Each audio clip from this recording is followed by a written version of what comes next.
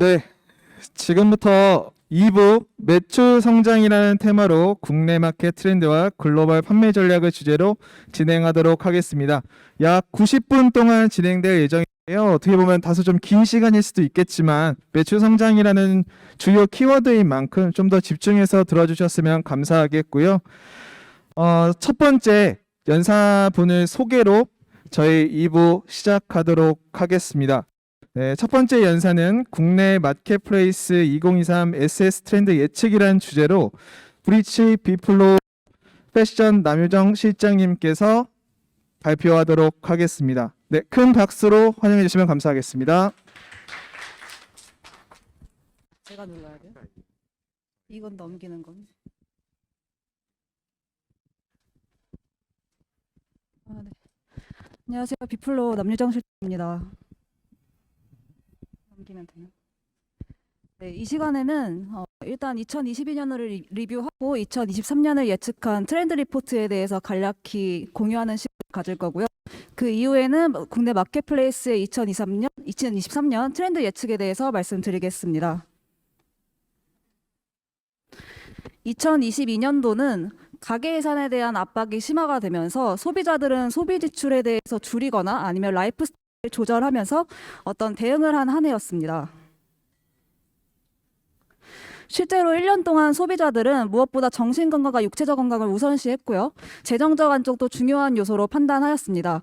그 결과 2022년 소비자들은 좀 더 제한된 지출을 하게 되었습니다. 소비심리 변화 그래프를 보게 되면 작년 12월에는 유틸리티나 그로서리 쪽으로 소비자들이 모두 지출하는 양상을 보였는데요. 반대로 아웃도어 쪽은 지출을 줄이는 양상을 보였습니다. 최근 이번 연도 6월 달을 보게 되면 그로서리 쪽 지출이 많이 줄어들었고요. 추가로 홈 쪽에 관련된 지출이 많이 줄어들었습니다. 홈이라고 하면 음식 배달이나 아니면 넷플릭스 그리고 집안 꾸미기 같은 비용들이 들어갔고요. 그럼 그렇게 줄어든 비용을 소비자들은 어디다 썼나라고 보니까 아웃도어에 관련된 지출로 모두 옮겨간 양상을 보였습니다. 여태까지는 리뷰에 대해서 말씀을 드렸다고 하면 2023년도 패션 시장에 대해서 말씀을 드리겠습니다. 2023년도 소비자들은 일반적으로는 구매를 축소하거나 연기하는 성향을 보일 거고요. 일부 소비자들은 할인 판매 쪽으로 간다거나 아니면 재판매 시장으로 이동할 것으로 보입니다. 패션 시장에 대해서 말씀드리면 전체적으로 마이너스 2%에서 3%를 예상하고 있고요. 패션 시장을 조금 더 디테일하게 명품 시장과 비명품 시장으로 나누게 되면 명품 시장은 평균 5%의 성장을 예측하는 반면에 명품의 유럽 부분을 보시게 되면 마이너스 성장을 예측하는 것처럼 비명품과 명품 시장의 판매 괴리 현상이 심화될 것으로 전망됩니다. 제가 앞서 좀 나쁜 얘기들만 드렸다고 하면 좀 희망찬 얘기를 드리고 싶은데요. 최근에 있던 블랙 프라이데이를 통해서 말씀을 드리겠습니다. 올해 블랙 프라이데이에서 구매를 했던 소비자들을 대상으로 조사한 결과인데요. 작년보다 더 많은 소비를 한 지출자들은 46%였고요. 비슷한 수준으로 소비를 한 사람들은 총 27%였습니다. 약 73%의 소비자들이 작년 대비해서 더 많은 지출을 하거나 비슷한 수준의 소비를 하는 것을 보고 뭔가 소비자들은 기념할 수 있는 거리에서는 충분히 지갑을 열 준비가 되어 있다는 데이터를 도출할 수 있었습니다. 불황기 소비에는 일정한 패턴이 있습니다. 소비 지출이 줄고 저렴한 상품에 대한 수요가 늘어납니다. 2008년도 금융위기 당시에 주된 키워드는 합리였습니다. 실제로 저렴한 가격에 패션 감각을 드높인 자라가 국내에 진출한 것도 2008년이었습니다. 이전과 비슷한 양상을 보이는 요즘에 판매자들은 과연 어떻게 기회를 잡아야 될까 생각을 해보면 포트폴리오를 통한 가격 관리가 필수라고 생각합니다. 예를 들어서 원자재가 모두 인상을 했을 때 모든 상품의 가격을 일괄 인상하는 것이 아니라 저가 엔트리를 두면서 넓은 가격대를 가진 상품군을 포함하는 것이 매우 중요합니다. 예를 들어서 마이너스를 보는 상품이 있다고 하면 플러스를 볼 수 있는 상품군을 주대로 놓고 토탈 마진 성장 전략을 피는 것이 매우 똑똑한 전략이라고 볼 수 있겠습니다. 다음은 마켓플레이스에 대해서 말씀을 드리겠습니다. 2023년 마켓플레이스는 모두 공통의 목표를 갖고 있었는데요. 누구나 그러하듯이 모두 수익이었습니다. 실제로 마켓플레이스의 실무진들은 수익을 어느 정도 보전하면서 성장을 하기 위해서 지금도 트렌드에 대해서 많이 고민을 하고 있고 그런 전략을 세우고 있는 상태입니다. 제가 먼저 드릴 이제 트렌드 전략 같은 경우는 첫 번째는 사이즈 기장의 개인화입니다. 한 가지 예시로 말씀을 드리면 실제로 어떤 마켓에서 원사이즈 상품과 사이즈 베리에이션이 되어 있는 상품의 구매 전환율을 비교했을 때 사이즈 베리에이션이 되어 있는 상품의 구매 전환율이 훨씬 높다는 데이터를 받을 수 있었습니다. 제가 만약에 4050, 60을 타겟으로 하는 마켓에서 판매를 한다고 하면 저는 빅사이즈 옵션을 필수로 넣을 것이고요. 팬츠나 원피스에는 기장감에 대한 옵션을 추가로 줄 수 있을 것 같습니다. 또 다른 예시로는 저희가 이제 젊다고 그나마 젊은 고객층이 포진되어 있다고 생각되는 마켓에서 한 상품이 이제 44, 55, 66, 77, 88까지 있는 상품을 판매했는데요. 저희는 한 66, 55가 가장 많이 나갈 거라고 예측을 했음에도 불구하고 실제로는 77 사이즈가 가장 많이 나갔습니다. 이런 사례로 봤을 때 제가 받았던 인사이트는 결론은 젊다고 느꼈던 마켓들도 고객들은 점차 나이가 들고 있는 상황입니다. 제가 여태까지 상품의 사이즈에 대해서 말씀을 드렸다고 하면 어떤 고객의 신체 사이즈에 대해서 활용하려는 예시도 있었는데요. 이제 버티컬 플랫폼 중에 특정몰이 하고 있는 예시긴 한데 고객들이 이제 구매를 하고 후기를 남길 때 그들의 신체 사이즈를 필수값으로 지정을 하게 합니다. 그러면 이제 마켓에서는 그것을 데이터하고 넥스트 고객들에게 그거를 제공하는 형태인데요. 결론은 후기를 데이터화시키고 그거를 고객을 인입시키기 위한 자료로 쓰이고 있습니다. 다음번은 이제 객단가입니다. 고객들이 나이가 들어감에 따라서 또 많이 이제 변하는 것이 바로 객단가 상승인데요. 지금 보시는 자료는 저희 비플로우의 2021년, 2022년 객단가 변화입니다. 올해가 작년보다 경기가 더 많이 안 좋았음에도 불구하고 작년 대비해서 객단가는 많이 상승한 모습입니다.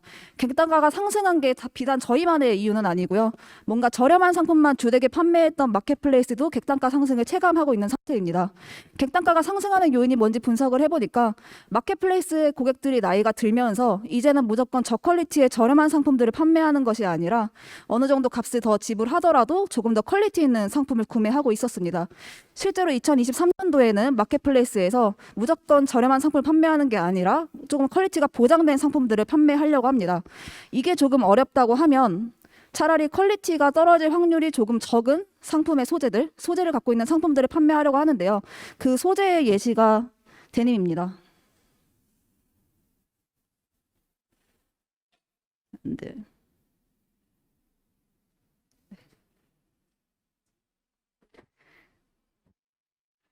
네, 다음은 위탁 배송 쪽인데요. 코로나가 지속됨에 따라 공급망에 예기치 못한 문제들이 계속 발생되고 있습니다. 글로벌 기업 같은 경우는 그들의 제조 공장을 그들의 본사 근처로 이동하고 있고요. 근데 마켓플레이스 같은 경우에는 유통 때문에 그런 행동을 할 수가 없습니다. 그래서 마켓플레이스들이 선택한 전략은 위탁 배송입니다. 이미 위탁 배송을 하고 있는 마켓 같은 경우에는 그 부분을 확장할 예정이고요. 위탁 배송이 없는 몰 같은 경우에는 이 부분을 신설할 예정입니다. 단순히 위탁 배송만을 확장 신설하는 것이 아니라 국내 버티컬 플랫폼들이 갖고 있는 파트너스 시스템을 같이 도입할 것으로 예측됩니다.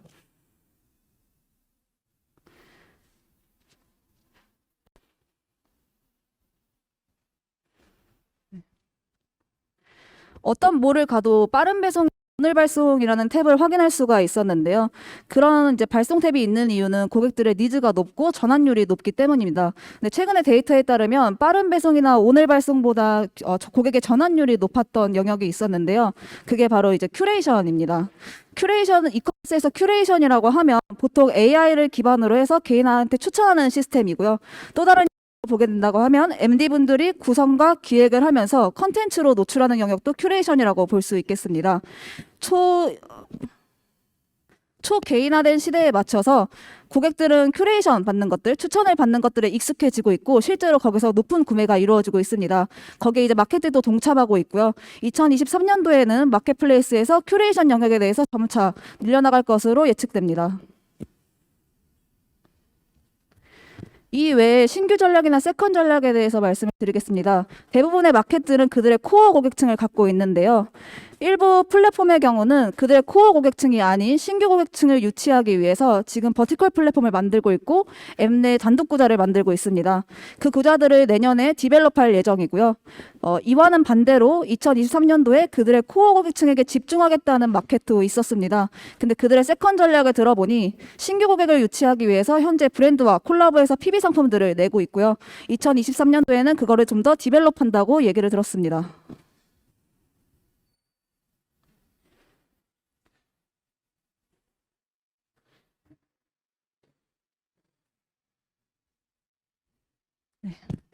마지막으로 마무리를 하면서 저도 빅플로우 소속이다 보니까 간략하게 빅플로우 말씀을 좀 드리려고 합니다. 판매자들이 항상 궁금한 거는 어떤 상품들이 잘 판매되고 있는가, 지금 트렌드는 어떤 것인가라는 건데, 사실 이제 판매자분들끼리 볼 수 있는 거는 내 상품의 판매 데이터, 그다음에 일부 마켓에서 제공하는 애널리틱스 정도로 이제 활용을 하고 있는데요. 이 부분은 충분히 이제 한계성이 있습니다. 그래서 빅플로우 같은 경우에는 이 부분을 해결하기 위해서 상품의 속상태와 판매 데이터를 같이 분석하고 있습니다. 실제로 이 부분을 운영하고 있고요. 빅플로우 유저들의 퍼포먼스 향상에 매우 큰 기여를 하고 있는 상태입니다. 한 가지 사례를 말씀드리려고 하는데요. 우측을 봐주시면 11월 2주차에 상품 판매 기준으로 소재로 보시게 되면 코드류이가 두 번째였습니다. 근데 그 동시 기간에 상품 등록 기준으로 확인하니 소재에서 9순위에 있었거든요. 그래서 이때 빅플로우에서는 셀러분들한테 연락을 취해서 코드류이 상품에 대해서 등록을 요청하였고 촉진하였으며, 동시에 마켓에서는 코드류이 관련된 기획 행사를 운영했고 퍼포먼스를 냈습니다. 결과적으로 코드류이 상품의 판매는 대비해서 148% 정도 성장하였습니다. 이 외에 빅플로우는 어떤 카테고리의 어떤 상품들이 어떤 디테일과 어떤 가격대로 운영을 하고 있는지 분석하고 데이터를 운영하고 있고요. 그렇게 지금 적용하고 있습니다. 현재는 내부에서만 그 데이터를 활용하고 있는데 2023년도에는 해당 데이터를 대시보드화해서 셀러분들한테 제공할 예정입니다. 제가 준비한 자료는 여기까지입니다. 감사합니다. 준비해 주신 남유정 실장님께 감사하다는 말씀 드리고요. 종합적으로 말씀을 드리면 이제 X세대라고 하죠. X세대 분들이 지금 연세가 이제 50대에서 60대로 넘어가는 과정 속에 있는데요. X세대 분들 같은 경우는 이제 시대를 흐름에 대한 변화를 즐기는 세대였기 때문에 지금 이커머스 온라인에 대한 이질감이 별로 없는 세대로서 빅사이즈 구매라든지 아니면 합리적인 가격대에 대한 구매 폭은 언제든지 지갑을 열 수 있다라는 생각을 갖고서 움직이시는 분들이기 때문에 거기에 맞춰서 패션 트렌드를 분석하고 움직이면 된다는 말씀이셨던 것 같고요. 마지막으로 저희 오래 기다리시고 또 기대하셨던 섹션일 것 같은데요. 그래서 아마존 코리아 글로벌에서 발표를 할 예정입니다. 잠시만요. 화면 혹시 따로 준비가 될까요? 제 화면이 넘어가지 않으세요? 자, 잠시만 기다려 주시면 넘어가도록 하겠습니다. 네. 아마존 코리아의 김명훈 매니저님이시고요. 지금 화면이 준비되는 대로 바로 진행하도록 하겠습니다. 네, 잠시만 기다려 주시면 감사하겠습니다.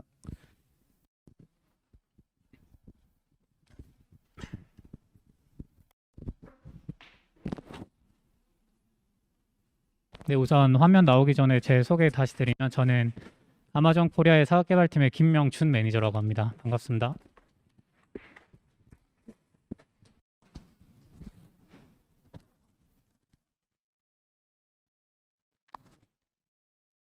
네, 우선 발표 진행에 앞서서 이제 금요일에 그리고 저녁 시간에 맞춰서 제가 발표를 진행을 하는 부분이 좀 부담이 되긴 한데 그래도 최대한 많은 분들께서 도움을 받을 수 있는 내용으로 구성을 했기 때문에 집중을 해주시면 감사할 것 같고요.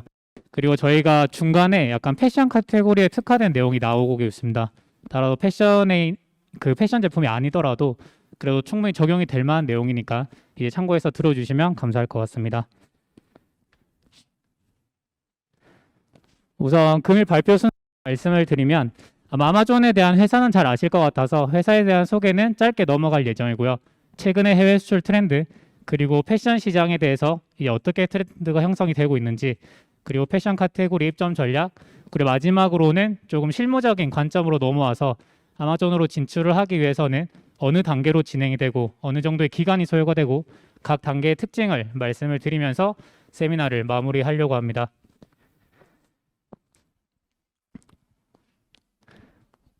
우선 저희 해외 수출 트렌드 그리고 아마존 소개에 대해서 간단히 말씀을 드리면 지금 보시는 장표는 국가에서 트래픽이 높은 사이트를 랭킹으로 나타낸 장표라고 보시면 될 것 같습니다.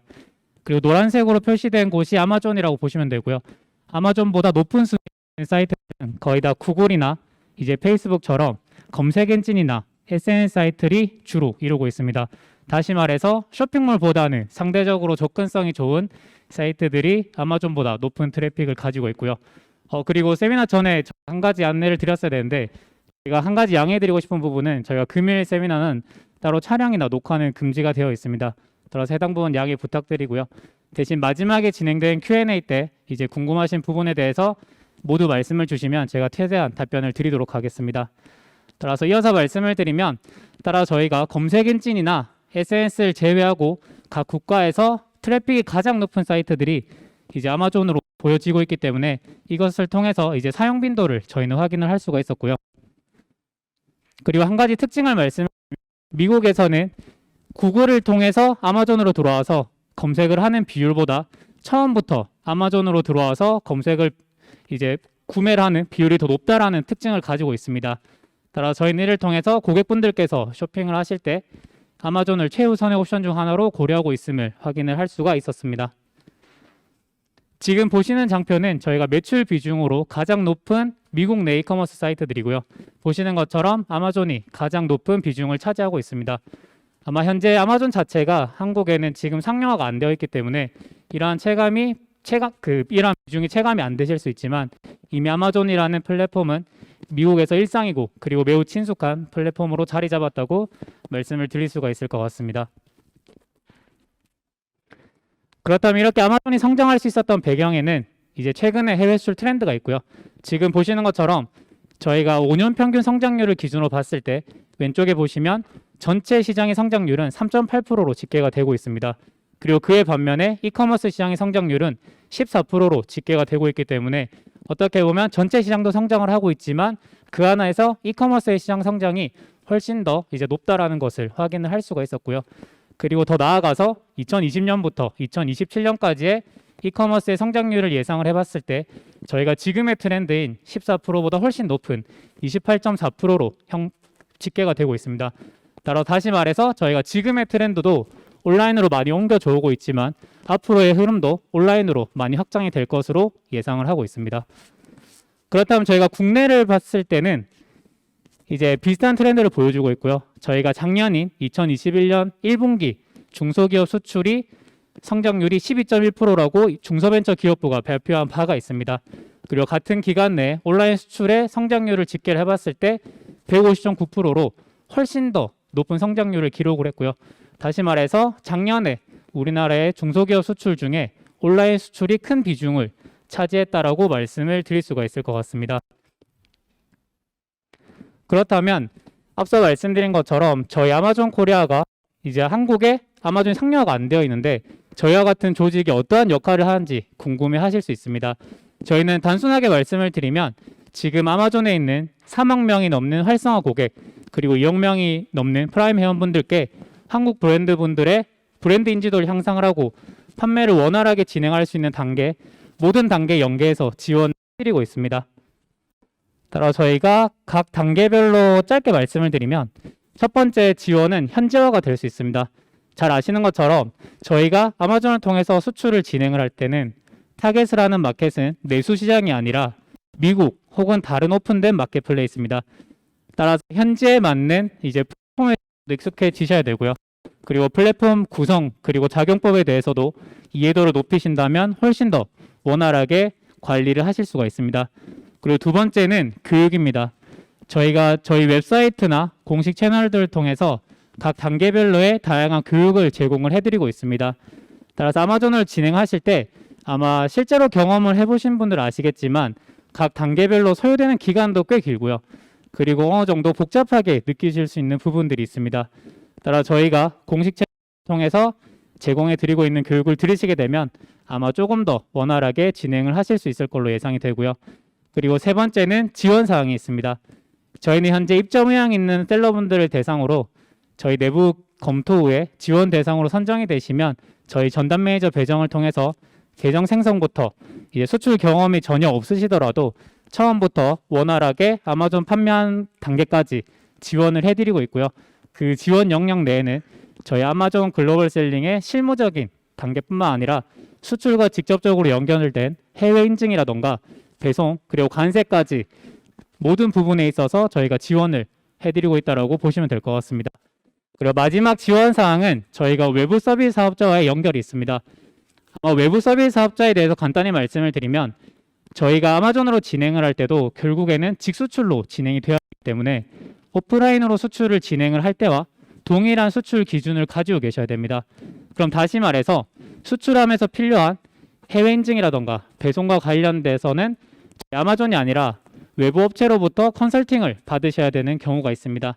따라 저희는 저희의 연계된 이런 외부 서비스 사업자분들을 통해서 아마존을 벗어나서도 수출과 직접적으로 연결된 컨설팅을 받을 수 있도록 연결을 해드리고 있는 부분이 마지막 지원 사항이라고 보시면 될 것 같습니다. 저희가 아마 폰트로 인해서 발표 자료가 약간은 이제 조금 이상하게 보일 수 있는 부분은 양해를 부탁을 드리고요. 이어서 말씀을 드리면 저희는 현재 다양한 정부기관 그리고 협회들과 협업을 진행을 하고 있습니다. 따라서 이러한 프로그램을 통해서 현재 많은 분들께서 아마존으로 진행을 하고 계시고요. 이러한 지원 프로그램은 저희 채널뿐만 아니라 지금 코트라라던가 한국무역협회처럼 우리나라 수출에 지원을 해주고 있는 정부기관의 사이트를 통해서도 충분히 확인을 하실 수 있습니다. 따라서 지금 수출을 고민을 하고 계시거나 아니면 아마존 입점을 고려를 하고 이제 지금도 진행되고 있는 프로그램이 많이 있기 때문에 방금 말씀드린 사이트들은 꼭 한번 참고를 하셔서 진행하시는 비즈니스에 도움을 받으시면 좋을 것 같습니다.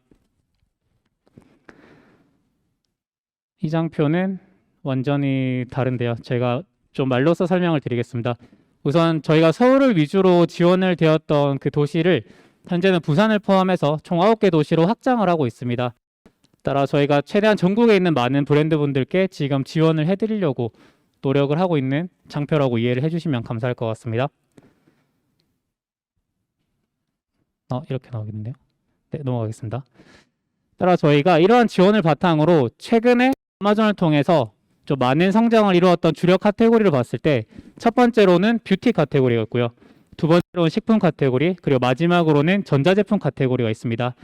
하지만 한 가지 말씀을 드릴 수 있는 부분은 지금 나와 있는 카테고리가 아니더라도 현재 수많은 카테고리에서 수많은 브랜드 분들께서 아마존을 입점을 해서 성공 사례를 만들어 오고 있기 때문에 혹시나 내 제품이 해당 카테고리에 속하지 않는다고 해서 걱정을 하실 필요는 없습니다. 아마존에는 전 세계의 수많은 수요가 뒷받침이 되고 있기 때문에 입점을 고민을 하시기보다는 어떻게 하면 내 제품을 전략적으로 입점을 할 수 있을까에 대한 고민을 하시는 것을 권장을 드립니다. 그러면 각 카테고리에 대한 특징을 짧게 말씀을 드리면 첫 번째로는 식품 카테고리입니다. 식품 카테고리는 왼쪽에서 보시는 것처럼 매년 수출 성장률이 높아지고 있는 상황이고요. 그리고 오른쪽 보시는 것처럼 저희가 식품 카테고리 내에서도 어떤 단일 품목의 성장이 두드러지는 게 아니라 농산품을 포함해서 면류, 과자류, 그리고 인삼류까지 다양한 서브 카테고리에서 성장이 계속해서 지속되고 있다고 보시면 될 것 같습니다. 다음은 뷰티 카테고리입니다. 뷰티 카테고리의 특징을 말씀을 드리면 우선 오른쪽 장표에서 보시면 뷰티 카테고리의 시장 규모는 매년 성장을 하고 있습니다. 하지만 왼쪽 장표에서 보시면 지금 왼쪽 장표는 저희가 각 카테고리에서 전체 시장에서 온라인 시장이 차지하고 있는 비율을 나타낸 그래프라고 보시면 되고요. 그리고 노란색인 화장품이 다른 카테고리에 비해서 온라인 마켓이 차지하는 비중이 낮음을 보실 수가 있습니다. 그렇다면 이 두 개의 그래프를 저희가 혼합을 해서 해석을 해봤을 때는 계속해서 성장을 하고 있는 카테고리이지만 여전히 성장할 수 있는 룸이 많이 남아있는 카테고리가 화장품이라고 보시면 될 것 같습니다. 따라 저희가 이후에는 짧게 이제 각 카테고리에서 아마존을 통해서 이제 성공적인 판매를 이어나가고 있는 브랜드를 짧게 소개를 드릴 예정이고요. 따라서 참고만 부탁을 드리겠습니다. 따라서 이어서 말씀을 드리면 저희 최근의 트렌드를 말씀을 드리면 브랜드 오너의 성장이 두드러지는 한 해가 작년 한 해였습니다. 저희가 기존에는 리셀링 형태라고 말하는 소위 제조사나 유통사로부터 제품을 소싱받아서 판매를 하는 형태가 많이 두드러졌다면 최근에는 브랜드 오너분들이 아마존으로 입점을 많이 하고 계시고요. 실제로 작년에 저희가 집계를 해봤을 때 브랜드 오너의 성장이 60% 이상을 성장을 했습니다. 그리고 이러한 성장은 계속해서 지속이 되고 있기 때문에 혹시나 지금 참여하신 분들께서 브랜드를 소유하고 계시다 했을 때는 지금 입점을 하셔도 충분히 그 트렌드에 맞는 판매 형태라고 말씀을 드릴 수가 있을 것 같습니다. 그러면 제가 각 브랜드를 말씀을 드리면 우선은 식품 카테고리에서는 삼양이라는 브랜드가 지금 아마존을 통해서 성공적인 판매를 이어주고 있고요. 그리고 마찬가지로 식품에서 삼진어묵이라는 브랜드가 현재 상온식품을 아마존에 런칭을 하면서 지금도 판매를 잘 이어나가고 있습니다. 그리고 화장품 브랜드에서는 아모레퍼시픽이 있고요. 아모레퍼시픽은 이제 아모레퍼시픽 내에 있는 각 브랜드 스토어를 형성을 함으로써 아마존에서 이제 성공 사례를 만들어 나가고 있습니다. 그리고 카메라군에서는 이제 프리닉스라는 브랜드가 저희가 단기간 내에 엄청나게 성장을 했고요. 그리고 마지막으로는 양말류에서 몽푸시라는 브랜드가 지금 단기간 내에 폭발적인 성장을 이룬 대표적인 브랜드로 말씀을 드릴 수 있을 것 같습니다. 하지만 아마 많이 생각하실 수 있는 부분이 앞서서 소개드린 브랜드가 대부분 내수 시장에서 어느 정도 알려져 있고 그리고 브랜드 인지도가 높기 때문에 수출했을 때도 이러한 트렌드가 이어져 오지 않았을까 하고 충분히 생각을 하실 수 있는데요. 저희가 많은 케이스를 보고 많은 케이스를 컨설팅했을 때 절대로 내수 시장에서 경쟁력이 높다라고 해서 아마존으로 진출했을 때도 그 흐름이 이어져 가는 것은 전혀 아닙니다. 저희가 내수 시장에서 매출이 작더라도 전략적으로 잘 준비해서 저희 아마존으로 진행했을 때 내수 시장보다 더 많은 매출을 내는 브랜드도 많이 봤고요. 반대로 브랜드 인지도가 충분히 높은 상황에서 아마존으로 진출했지만 생각보다 이제 많은 매출을 올리지 못한 그런 브랜드도 많이 봤습니다. 따라서 저희가 이러한 모든 백그라운드를 분석을 해봤을 때 결론을 말씀을 드리면 내수 시장의 브랜드 인지도도 물론 중요합니다. 중요하고 이제 브랜드 인지도가 있는 만큼 그만한 투자할 수 있는 경쟁력이 있다고 생각하고요. 하지만 그것보다 중요한 거는 저희가 현재에 맞는 전략적으로 잘 준비해서 철저한 시장 조사를 해서 준비를 하시면 내수 시장의 매출이 작다라고 해도 아마존으로 충분히 성공 사례를 만들 수 있다고 말씀을 드릴 수 있을 것 같습니다. 그리고 아마 많은 분들께서 아마존 하면 미국 마켓을 생각을 하실 수가 있습니다. 하지만 저희 아마존에는 현재 22개의 마켓플레이스가 오픈이 되어 있고요. 저희 아마존 코리아에서도 미국뿐만 아니라 다양한 마켓플레이스 입점을 지원을 해드리고 있습니다.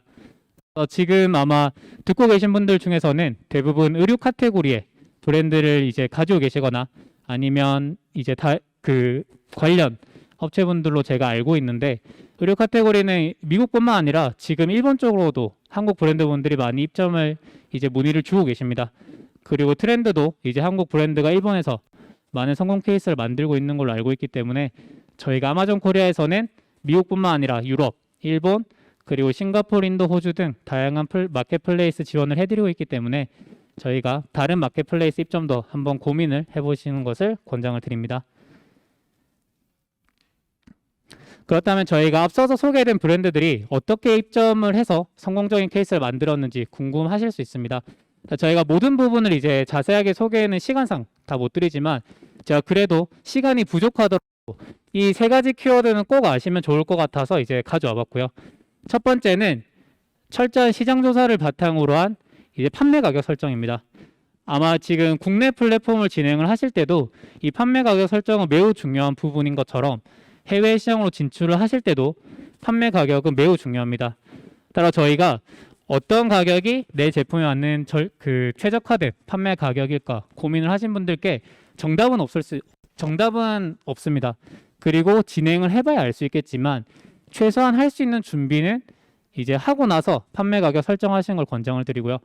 따라 제가 이후에도 조금 더 말씀을 드리겠지만 현재 아마존에는 베스트셀러 제품들을 각 카테고리마다 공개를 하고 있습니다. 그렇다면 최소한 내 제품이 앞으로 속하게 될 카테고리에서 아마존 내에 입점된 브랜드 중에 어떠한 제품이 지금 잘 판매를 하고 있는지 그리고 어떠한 특징을 가지고 있는지는 꼭 분석을 하시는 것을 권장을 드립니다. 따라서 가격대 그리고 어떠한 특징이 있는지 종합적으로 분석을 해서 내 제품에 맞는 철저한 이제 최적화된 판매 가격 설정하시는 부분이 첫 번째 핵심 요소라고 말씀드릴 수 있을 것 같고요. 그리고 두 번째는 현지화입니다. 현지화는 또 예를 들어서 말씀을 드리면 기준이 의류 같은 경우는 우리나라는 센티미터지만 지금 미국은 인치로 통용되는 기준이 다릅니다. 그렇다면 저희가 지금 타겟하고자 하는 마켓은 국내가 아니라 미국이기 때문에 미국 소비자에 맞는 컨텐츠로 우리 제품을 재구성해서 현지화해서 수출하는 것이 매우 중요합니다. 실제로 저희가 수출 인증을 받으시거나 해외 인증을 준비를 하실 때 이러한 현지화에 대한 부분을 되게 많이 강조를 드리고 있고요. 그리고 실제로 현지화가 잘 준비된 제품일수록 판매가 더 높다라는 것도 저희 컨설팅을 하면서 많이 느껴볼 수 있었습니다. 그리고 마지막은 컨텐츠 퀄리티에 대한 극대화입니다. 이 부분은 아마 국내 마켓을 준비를 하시면서 당연히 컨텐츠에 대해서 신경을 많이 쓰셨을 거고요. 그럼 이 준비된 컨텐츠를 가지고 똑같이 번역을 해서 아마존에 진행을 하시는 경우가 많습니다. 물론 그렇게 해도 이제 잘 준비된 컨텐츠는 이제 미국이라는 시장에 유효할 수 있지만 권장을 드리고 싶은 부분은 우리나라의 트렌드와 미국의 트렌드는 확연히 다를 수가 있습니다. 따라서 아무리 내수 시장에 맞춘 우리 컨텐츠가 잘 준비가 되어 있더라도 한 번 더 고민을 하셔서 미국 시장에 맞는 컨텐츠로 한 번 더 재구성을 하시는 것을 권장을 드립니다. 제가 이 컨텐츠에 대한 부분은 뒤에도 계속 강조를 드리겠지만 이렇게 강조를 드린 이유는 저희가 그런 경우를 많이 봤습니다. 예를 들어서 이제 우리 제품에 대한 페이지에 트래픽을 유입을 하기 위해서 광고를 진행을 했을 때 우리의 진행한 마케팅을 통해서 우리 제품 페이지로 들어왔지만 실질적으로 구매가 일어나는 페이지는 다른 제품인 경우가 있습니다. 다시 말해서 광고를 통해서 우리 제품으로 고객분들이 유입이 됐지만 제품 컨텐츠에 대한 퀄리티가 좋지 않아서 다른 유사 제품으로 구매가 이제 이탈을 한 거기 때문에 어떻게 보면 광고비는 내가 집행을 하고 실질적인 구매는 다른 셀러의 제품으로 일어난 경우입니다. 그렇기 때문에 실제로 역마진이 나올 수 있는 구조이기 때문에 저희가 트래픽의 유입도 매우 중요하지만 유입이 되었을 때 이탈하지 않고 실제로 구매 전환까지 이어질 수 있게 이런 컨텐츠에 대한 퀄리티 극대화를 하는 것도 엄청나게 중요한 부분이라고 다시 한번 강조를 드리고 싶습니다. 그렇다면 저희가 패션 카테고리로 넘어와서 이제 현재 미국에 있는 이제 전체 패션 시장의 규모 그리고 아마존 내에서의 패션 카테고리는 어떠한지에 대해서 짧게 소개를 드리겠습니다. 우선 현재 미국 전체 패션 시장을 봤을 때 20년도 기준으로 전체 시장의 규모는 약 4,600억 달러로 형성이 되어 있고요. 그리고 1년 후인 2021년에는 6% 정도 성장한 4,900억 달러로 집계가 되고 있습니다. 그리고 같은 기간 내 한국 패션 시장의 규모는 약 460억 달러로 집계가 되고 있습니다. 그렇다면 이 전체 시장에서 온라인 시중의 비중을 봤을 때 저희가 2019년 기준으로 봤을 때는 전체 시장의 22.8% 정도가 온라인 시장의 규모로 집계가 되었고요. 그리고 그 이후에 코로나 시기로 인해서 저희가 온라인으로 트렌드가 많이 옮겨져 오면서 2022년에는 저희가 그 비중이 약 38.9%로 성장을 할 것으로 예상을 하고 있습니다. 따라서 지금 짧은 기간 내에 엄청난 많은 비율이 이제 온라인으로 옮겨져 있고요. 그리고 이러한 트렌드는 지금도 계속 지속될 것으로 저희는 예상을 하고 있습니다. 그렇다면 이제 앞서서 미국 전체 패션 시장에 대해서 말씀을 드렸다면 아마존 내에서의 패션 시장은 어떻게 형성이 되어 있는지를 말씀을 드리면 우선 지금 보시는 장표는 저희가 구매 기준으로 미국 내에서 이커머스 스토어 순위고요. 보시는 것처럼 이제 구매 기준으로 했을 때도 아마존이 이커머스 사이트 중 1등을 차지하고 있다고 말씀을 드릴 수 있을 것 같습니다. 그리고 지금 보시는 장표는 저희가 구매 채널 기준으로 저희가 그 전체 채널의 순위 사이트이고요. 지금 파란색이 오프라인 채널이고 회색이 온라인 채널이라고 보시면 될 것 같습니다. 따라서 저희가 다수의 소비자분들을 대상으로 진행한 복수응답 설문에서 지금 온라인 채널에서는 아마존이 가장 많은 고객분들께서 방문하시는 채널로 설문 결과가 나왔다라고 말씀을 드릴 수 있을 것 같고요. 그렇다면 저희가 가장 많은 구매가 일어나고 그리고 가장 많은 소비자들이 찾는 이런 아마존은 다시 말해서 미국 시장에서 엄청난 경쟁력이 있는 플랫폼이라고 말씀드릴 수 있을 것 같고요. 그렇다면 아마존은 다시 말해서 판매 채널뿐만 아니라 현재에서 우리의 브랜드 인지도를 향상을 시키고 브랜딩을 위해서 가져가야 될 통합 솔루션 중 하나라고 강력하게 말씀을 드릴 수 있을 것 같습니다. 현재 아마존에서는 이제 같은 온라인 패션 쇼핑몰을 인수를 진행을 하고 있고요. 그리고 아마존 스타일과 같은 오프라인 매장도 오픈을 하고 있습니다. 그뿐만 아니라 스튜디오 그리고 프로덕트에도 많은 투자를 하고 있기 때문에 현재 아마존에서도 이러한 패션 카테고리의 개발을 위해서 계속해서 투자를 진행을 하고 있습니다.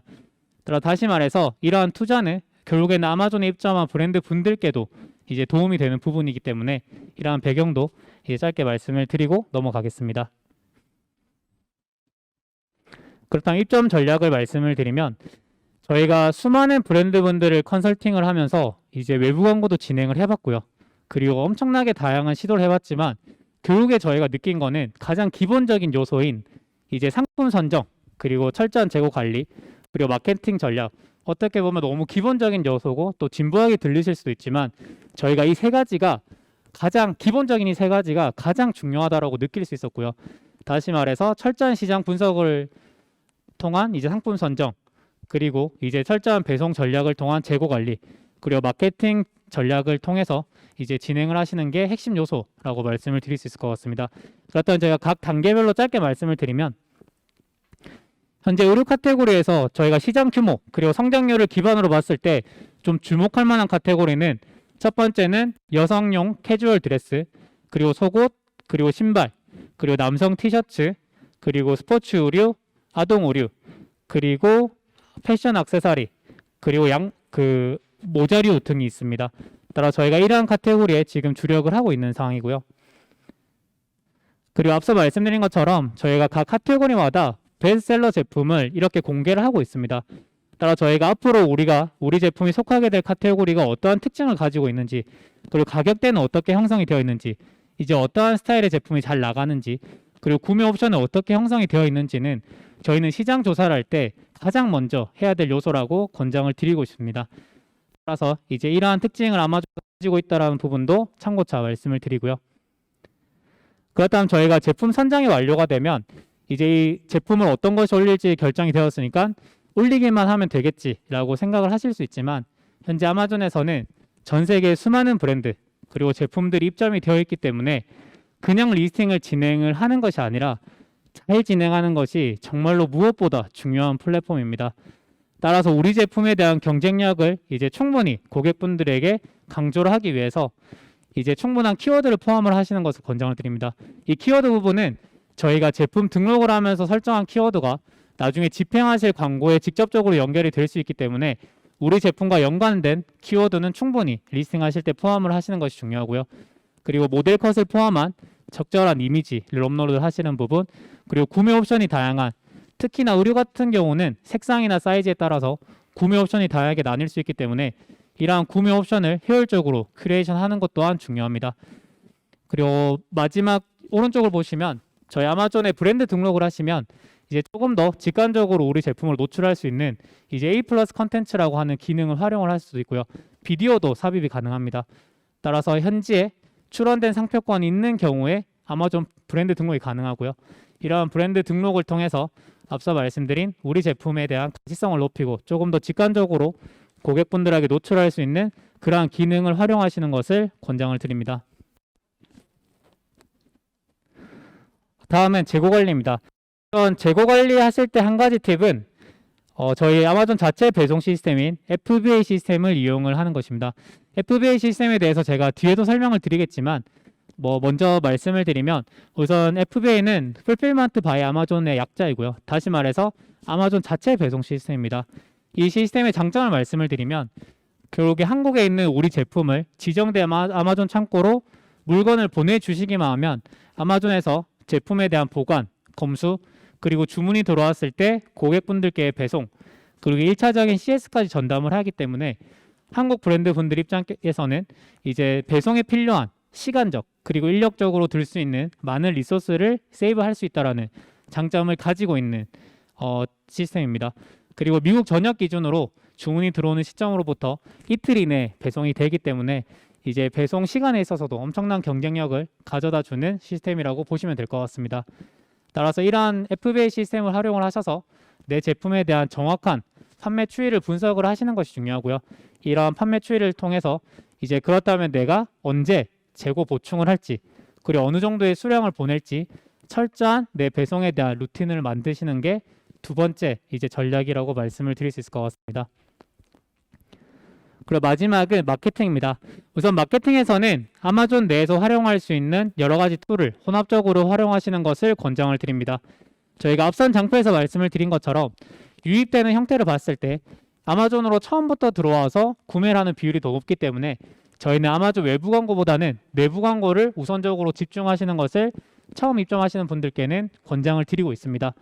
따라 저희 아마존 내부 광고로는 가장 기본적으로는 저희 왼쪽에 보시는 스폰서드 프로덕트라고 부르는 키워드 광고가 있고요. 그리고 오른쪽에 보시는 스폰서드 브랜드라고 하는 브랜드 광고가 있습니다. 이 두 가지의 특징을 말씀을 드리면 키워드 광고 같은 경우는 우리 광고 효과를 개별적으로 등록한 제품에 대한 광고 효과를 목표로 가져가는 광고 기법이라고 보시면 되고요. 그리고 오른쪽 스폰서 브랜드 같은 경우는 광고 그 개별 제품에 대한 광고 효과뿐만 아니라 내 제품에 대한 브랜드 인지도 향상을 위해서 진행하시는 기법이라고 보시면 됩니다.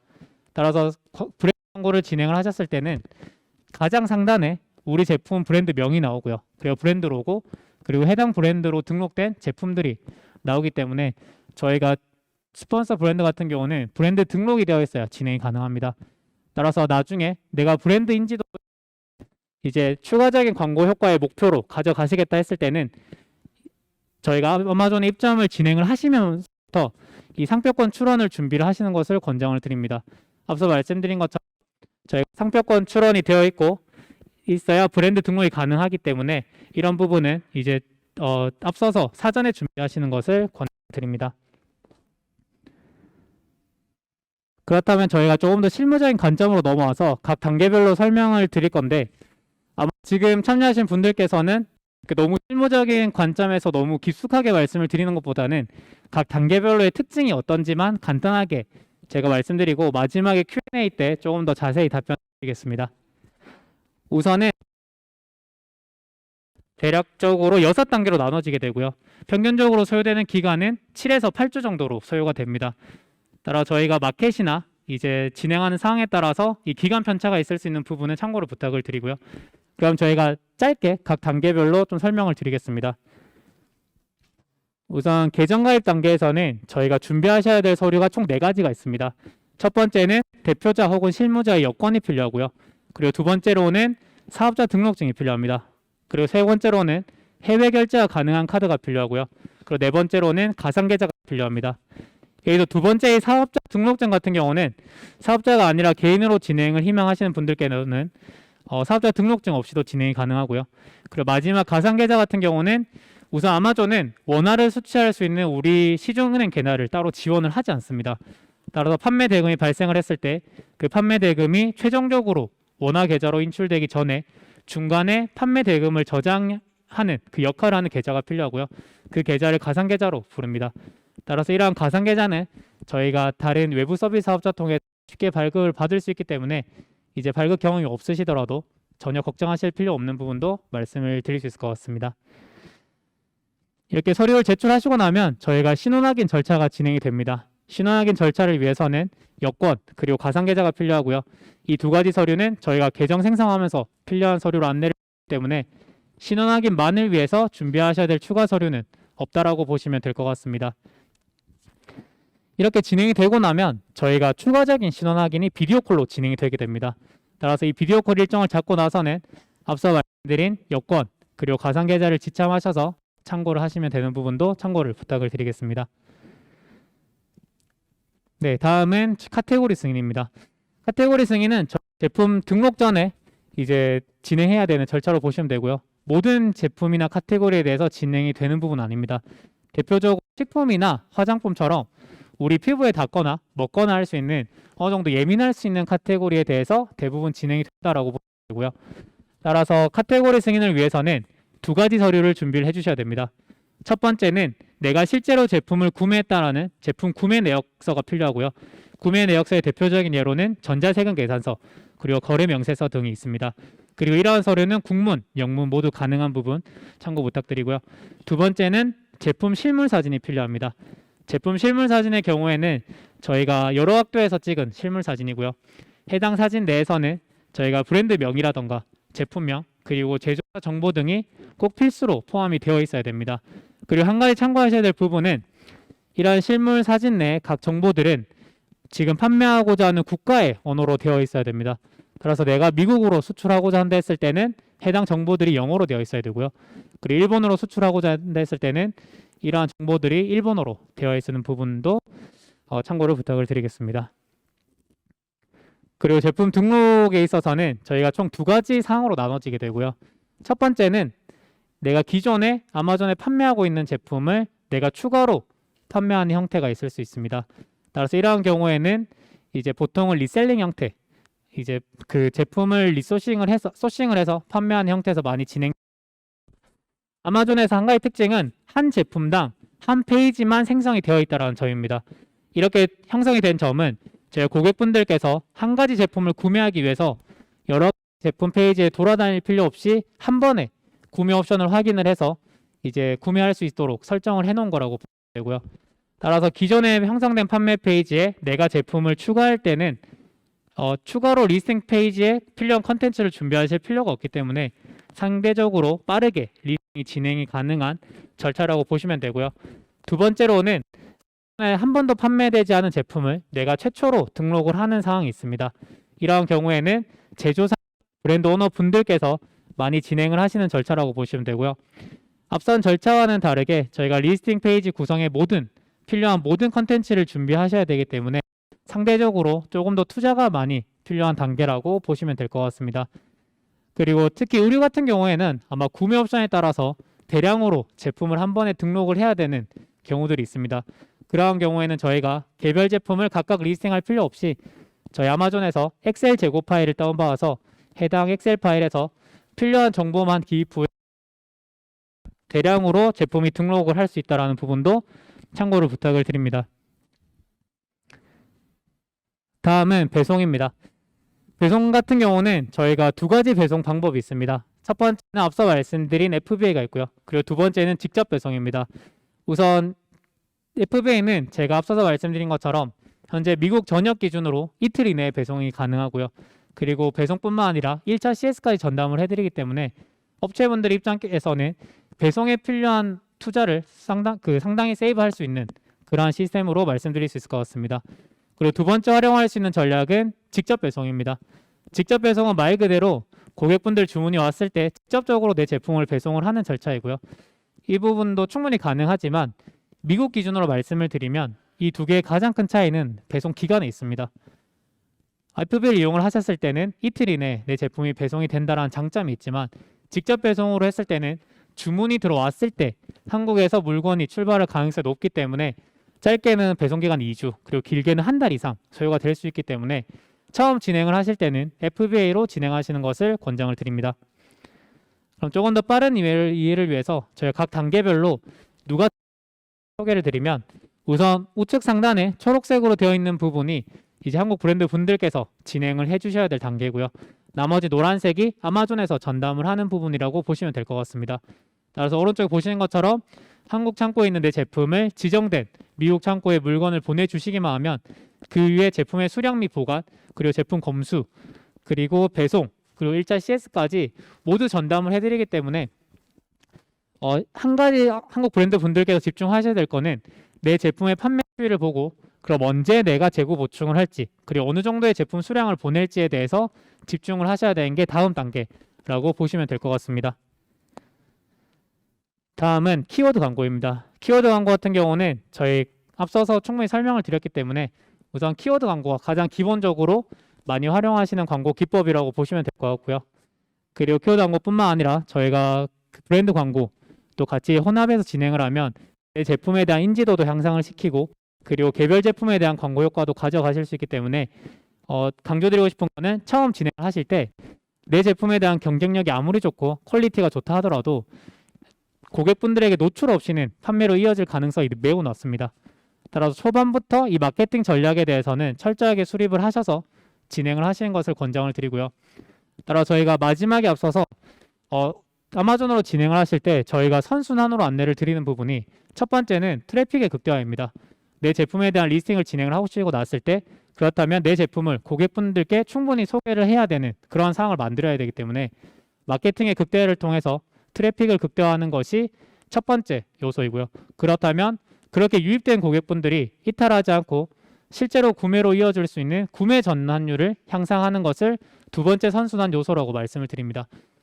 그렇다면 구매 전환율을 높이기 위해서는 당연히 컨텐츠에 대한 퀄리티는 철저하게 준비가 되어 있어야 되고요. 그리고 적정한 판매 가격 설정도 매우 중요한 부분이라고 말씀을 드릴 수 있을 것 같습니다. 그렇다면 저희가 비용 구조 그리고 공식 채널 소개하고 이제 세미나를 마무리하려고 합니다. 우선 비용 구조 같은 경우는 가장 많은 포션을 차지하는 비용 구조로 소개를 드릴 예정이고요. 첫 번째는 월 계정비가 있습니다. 월 계정비 같은 경우는 저희가 한 달에 약 39.99불, 원화로 6만 원 정도 매달 부과가 된다라고 보시면 되고요. 계정 가입이 되는 시점부터 판매랑 상관없이 계정 가입이 완료된 시점부터 부과가 된다라고 보시면 될 것 같습니다.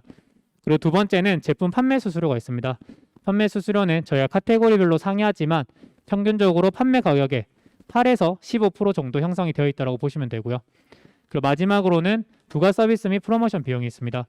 부가 서비스의 비용은 대표적으로 FBA, 배송 수수료가 있습니다. 배송 수수료 같은 경우는 저희가 인력이 투입이 되는 부분이기 때문에 판매 수수료처럼 판매 금액의 몇 프로로 산정이 되진 않습니다. 제품의 규격 그리고 부피에 따라서 다르게 산정이 되기 때문에 제품 등록을 하실 때 입력한 제품에 대한 규격, 부피에 따라서 내 제품의 부과 예상되는 FBA 수수료를 확인을 하실 수가 있습니다. 그리고 제품 등록 전에 확인을 하고 싶은 분들께서는 저희 도움말 페이지에 FBA 수수료를 검색을 하시면 각 규격 그리고 부피마다 이제 수수료 기준을 확인을 하실 수가 있습니다. 그리고 프로모션 비용 같은 경우는 저희가 많이 투자하시면 할수록 좋기 때문에 어느 정도의 비중이 차지한다라고 말씀을 드리긴 어렵지만 꼭 한 가지 강조를 드리고 싶은 거는 판매 가격 설정을 하실 때 이 마케팅비도 꼭 포함을 하셔서 설정하시는 것을 권장을 드립니다. 저희가 앞서 말씀드린 것처럼 처음 진행을 하시다 보면 이 마케팅에 대한 중요도 그리고 어느 정도 필수사항이라고 느껴지실 수도 있습니다. 물론 마케팅 없이도 판매가 이루어지는 경우가 있지만 저희가 평균적인 경우로 봤을 때 이런 마케팅은 어느 정도 처음 입점하실 때 필수로 권장을 드리고 있기 때문에 판매 가격을 설정하실 때 이 마케팅에 대한 투자 비용도 철저하게 고려를 하셔서 설정하시는 것이 중요하다라고 말씀드릴 수 있을 것 같습니다. 그렇다면 저희가 공식 채널을 소개하고 바로 Q&A로 넘어가도록 하겠습니다. 우선 영어에 대한 고민이 있으신 분들도 계실 수 있습니다. 하지만 현재 아마존은 한국어를 지원을 하고 있고요.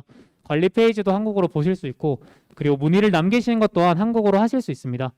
따라서 영어에 고민이 있으시더라도 충분히 관리, 판매를 진행을 하실 수 있다라고 말씀드릴 수 있을 것 같고요. 그리고 문의를 남기는 절차는 제가 시간 관계상 넘어가도록 하겠습니다. 그리고 현재 저희 웹사이트를 통해서는 다양한 셀러 교육 자료 그리고 성공 사례를 확인을 하실 수가 있고요. 그리고 각 마켓에 등록된 외부 서비스 사업자 리스트를 확인을 하실 수 있습니다. 저희가 외부 서비스 사업자는 말씀드린 것처럼 수출과 직접적으로 연결된 단계에서 컨설팅을 받을 수 있는 이제 업체 리스트라고 보시면 될 것 같습니다.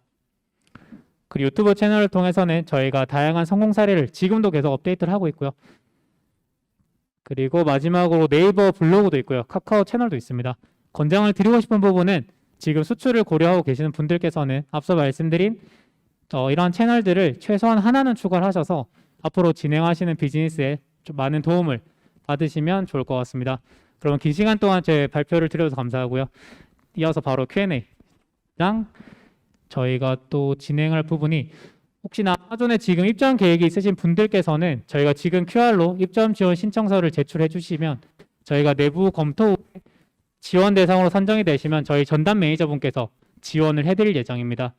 따라 저희가 이제 입점 신청서를 제출해 주시면 저희가 이번 주까지 제출해 주시면 되고요.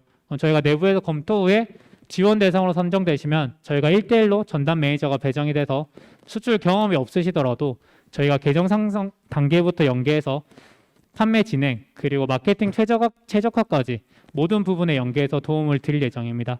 따라 저희가 선정 기준을 말씀을 드리면 뭐 수출액이라던가 제품 보유수처럼 단일적인 기준을 가지고 선정을 하진 않고요. 저희가 복합적인 요소로 이제 선정을 하고 최대한 많은 분들께 지원을 해드릴 계획이기 때문에 혹시나 수출을 고려하고 계신다면 지금 보여드리고 있는 QR 통해서 입점 신청을 제출해 주시면 감사할 것 같습니다. 그럼 저희 Q&A 세션으로 바로 넘어가도 괜찮을까요? 네, 저희 이따 8시까지 네 마이크 드리겠습니다.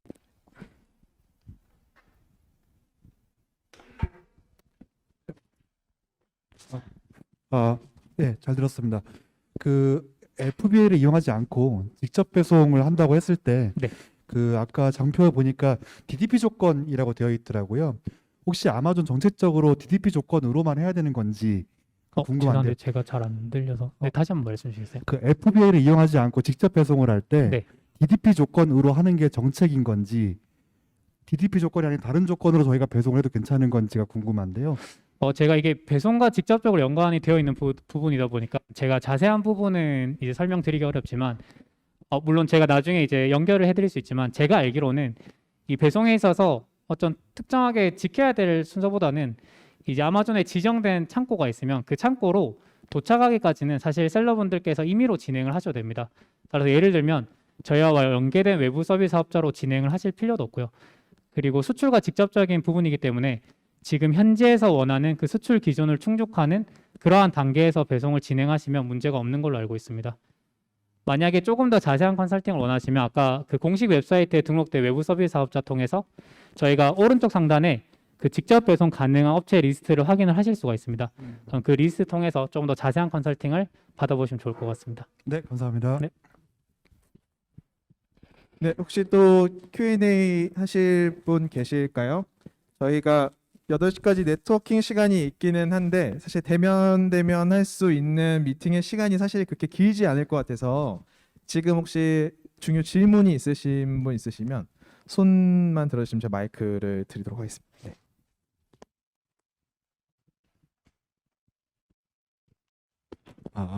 네, 안녕하세요. 직접 배송하고 지금 FBA하고 두 가지 사례를 봤는데 보통 판매를 할 때 이제 반품 사례가 있잖아요. 네. 반품 사례 있을 때 보통 쿠팡이나 지금 한국 브랜드 같은 보면은 그 고객 중심에서 반품을 하다 보니까 무조건적인 반품을 하게 되는데 아마존에서는 어떤 식으로 나아가는지, 그리고 아마존에서 만약에 고객 중심이라고 한다면 그럼 직접 배송하는 사람들한테는 리스크가 좀 크다고 생각이 좀 들거든요. 그랬을 때는 그 아마존에서 어떤 식으로 관리를 하고 있는지 그 부분이 좀 궁금합니다. 우선은 아마존도 고객 중심의 반품이 이루어지는 이제 부분이 있기는 합니다. 하지만 만약에 셀러분들께서 반품 사유가 이제 셀러분 예를 들어서 고객분께서 반품하신 사유가 셀러의 기책이라는 이유로 반품을 했는데 실제로 셀러의 기책이 아니라 소비자분께서 오해를 해서 반품을 진행을 하셨다. 그런 문의사항을 남겨서 그 부분에 대한 보상을 받거나 이제 조치를 취할 수 있는 그러한 부분들이 충분히 설정이 되어 있습니다. 그러면 그 FBA 같은 경우에는 그 아마존에서 관리를 했잖아요. 네. 그 아마존에서는 그러면 이런 부분에 있어서 상품이 손실이 되거나 그 손상이 되는 부분들이 있을 텐데 네. 이런 부분도 그러면 아마존이 어떻게 관리를 하고 있는지, 그 반품을 했을 때 이게 고객에 의해서 손상이 됐을 때 이런 부분도 반품이 되는 건지 그런 것도 조금 궁금합니다. 우선은 고객분들께서 반품을 하실 때 단순 변심인 경우에는 반송을 받아서 다시 판매 가능한 재고로 잡히게 되고요. 그리고 당연히 제품에 대해서 손실이 있거나 이제 파손이 있어서 되는 경우에는 폐기 처리가 되게 됩니다. 그리고 이제 그 외의 경우에는 제품이 들어왔을 때 우선 검수 작업을 거치게 됩니다. 검수해서 판매 가능한 재고면 다시 잡히게 되고요. 그리고 판매 불가능하다 했을 때는 셀러분들께 옵션이 주어집니다. 폐기라거나 아니면 반송을 받거나 하는 옵션이 주어지게 두 가지 모두 가 발생을 하고, 그리고 반송 같은 경우는 현지에 있는 창고로만 반송을 받으실 수 있습니다.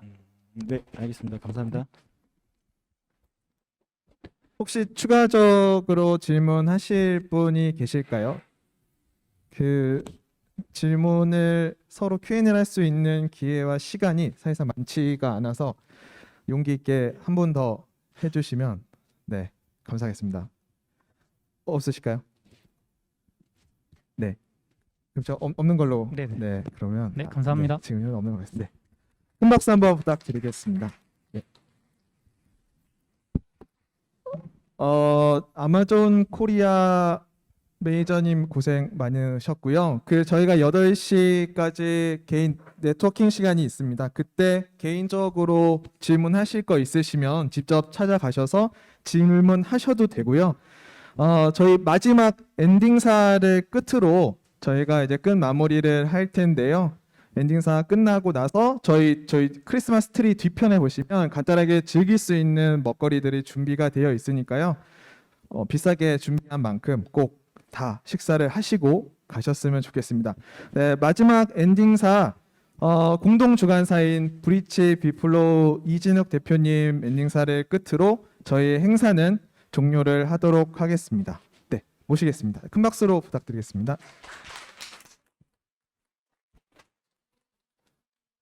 아, 안녕하세요. 저는 그 쇼핑 마켓플레이스의 매출 부스터 솔루션인 비플로우를 운영하고 있는 브릿지의 대표 이진욱입니다. 들리시죠?